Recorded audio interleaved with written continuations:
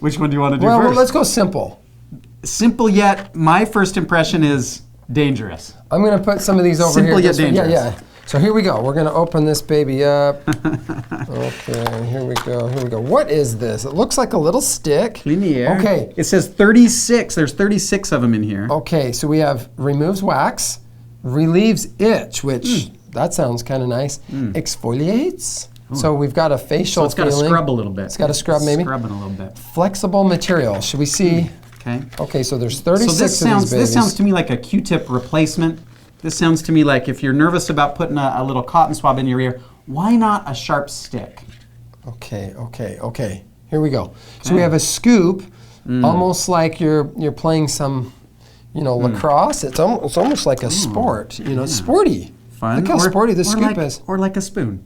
It does look like a spoon. And then we also have the, it's got ridges, and it is kind of soft. A little fuzzy. Yeah, it's kind of fuzzy, guy. I want one. Yep, take one out.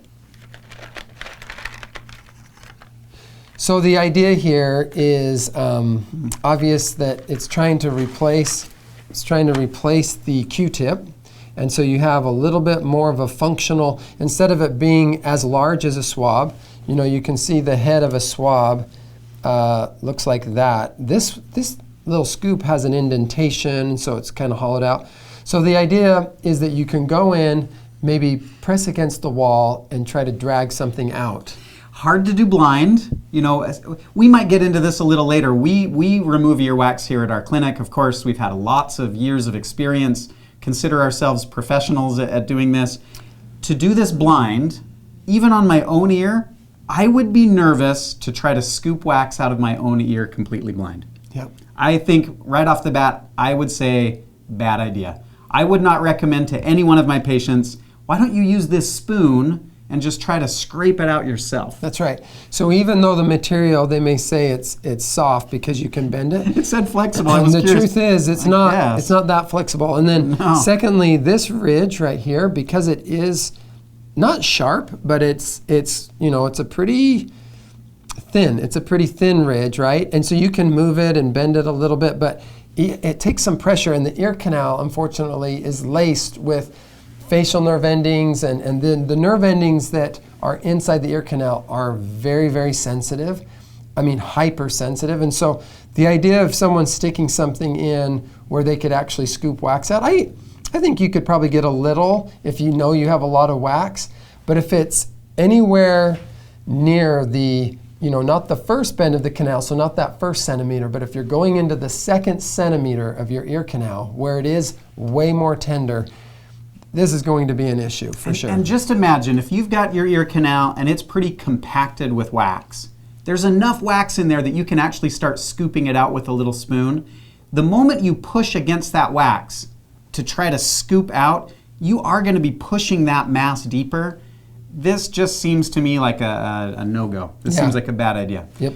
Can I comment on this end too? Well, before you do, I felt the swab.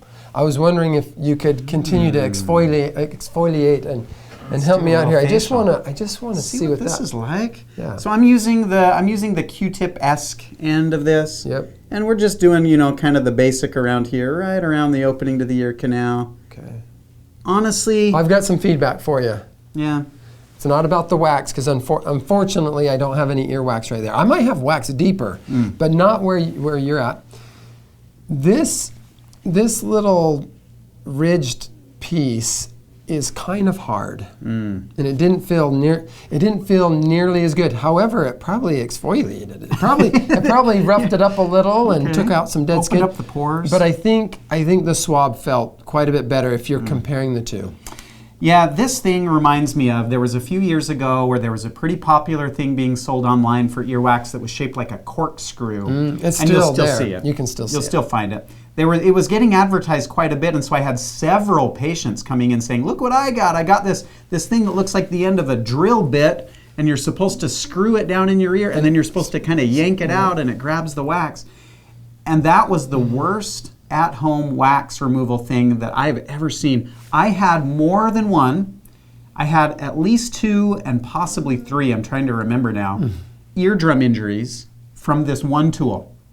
Yeah. This kind of reminds me of that. This looks like something you're going to be tempted to kind of screw down in there, to push down in too far, to twist it way down in there. This kind of has given me the corkscrew vibes. I would say... Well, with how rough it is and then this other edge, the way it's so thin, you also have to wonder about individuals that we see often that are, 55 and over 55. We see patients like that all the time, and they're on blood thinners. And so you start to wonder if you put something in that could cause a small tear, and then they're bleeding, and if you're on blood thinners, you bleed much more readily, it comes more easily. And so it's I don't know that I'm loving this one right off the bat. I have patients that they say, well, I do the Q-tip every morning because I just like the way it feels. Yeah? I'm kind of addicted to that. I'm out of the shower and just, What about the anal person? It's like, I can't have water. Where are you going with this? I can't have water in my ears. And they're just so anal, they're like, they don't trust that the water will evaporate within 10 minutes, within 5 minutes. It's gone. You will not have water there. But they get out of the shower and they are convinced, I will not have water in my ear canal. Every time they get out of the shower, they dry themselves off, they go right to the mirror, grab a swab, and they go for it. And again, for many people, they've done this for years and years, and they haven't caused any problems. They're okay.